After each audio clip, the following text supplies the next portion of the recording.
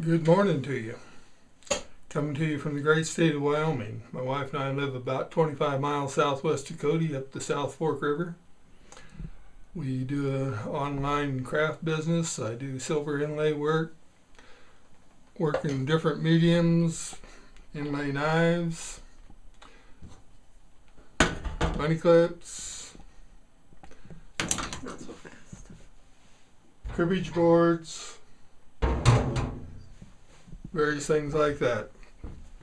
This morning I would like to show you the process that we do in order to get the inlay work into the products we do.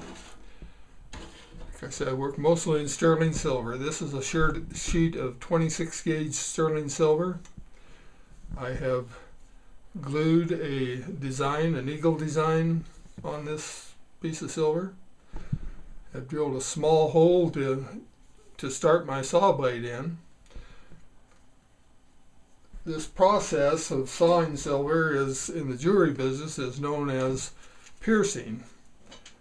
You have a saw frame and a blade which is able to be taken out and replaced,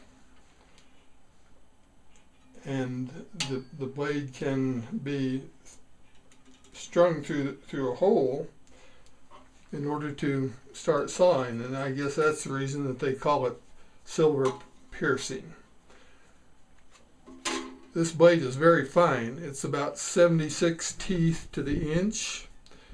The kerf that it cuts is about 7 thousandths, and the width of the blade is 14 thousandths. So it's pretty fine.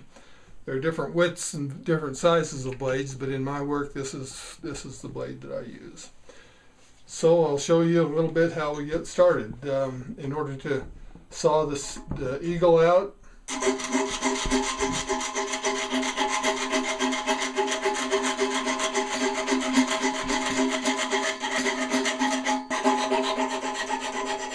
I divide that. My glass.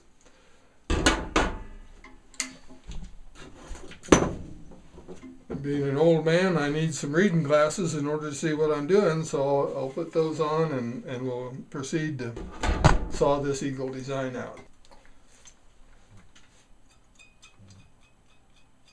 Put tension on the blade. It kind of sounds like a fiddle string or a guitar string after it's strung. You need some tension on there in order to saw properly. Are you down here on it? Yeah.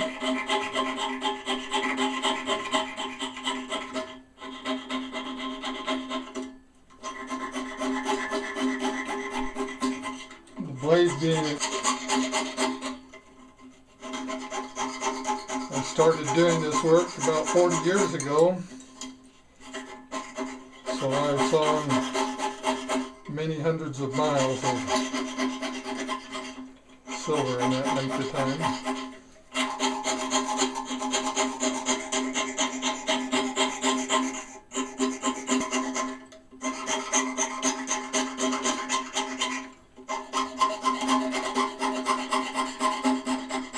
A design such as this should take about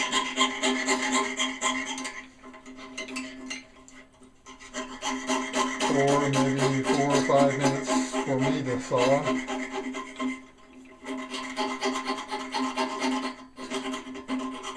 Some designs are much easier than others. Designs such as this, which have a lot of points, take a little longer than those that don't. And then there are designs that you have to do interior work on, and those are done with little holes to run the blade through, and like to saw the horn out on that buffalo and the eye on that buffalo. The rest of the work that you see in the buffalo, all the work in there are saw cuts.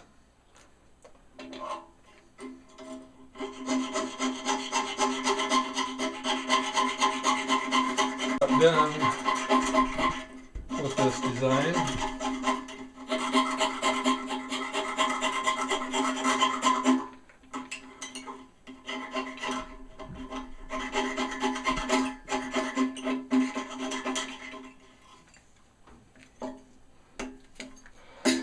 So you can see that that's what that eagle looks like after it's sawn out. Now that eagle is ready to be inlaid into something, and what we're going to do is we're going to inlay that into a money clip. This money clip is a nickel silver money clip, which I've put an onlay of rosewood onto, and we're going to inlay that eagle into that money clip. The routing process, I use a Dremel tool with little high-speed bits, and that's extremely noisy, so I'll do that, and then we'll come back and I'll show you how that inlay looks after the material's been routed out and before it's ready to glue in and sand and polish. Back again, we've got the routing done on this rosewood money clip. You can see the routing has been done, and it's ready for that eagle to be glued in, sanded and polished and finished. You can see that it fits pretty tightly. Oops. What? I'm just trying to get this in the picture.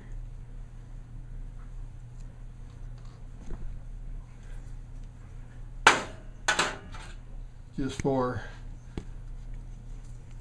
this is an antler money clip, which I have done with a bear track. You can see that the 5 bear toes in the pad are sawn out and ready to be inlaid into that. Also, I'll show you a piece that I'm working on, a cribbage board. This cribbage board has got the routing done for this elk to be inlaid into. This fighting elk has already been inlaid. It's sanded, but it hasn't been polished yet. I'm getting ready to sand the excess epoxy off of this money clip and sand it smooth, get it ready to polish. This sander makes quite a bit of noise, so we won't be able to do voice during that.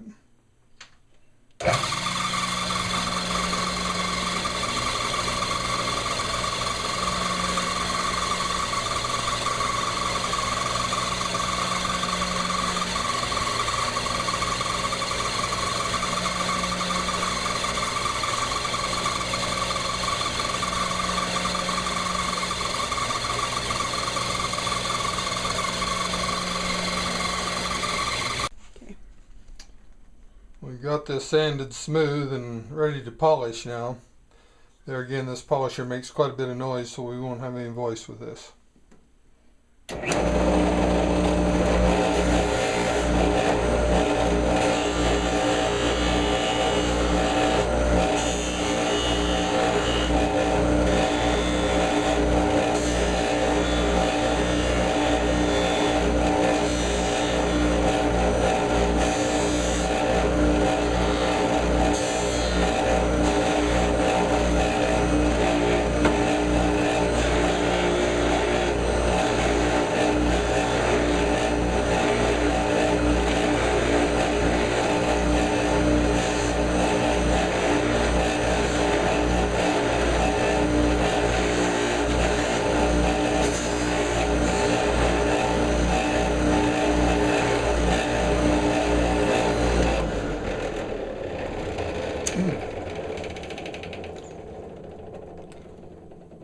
Well, that completes the process, all except for a little bit of cleaning up. A little bit of cleaning up, and this money clip will be ready to ship.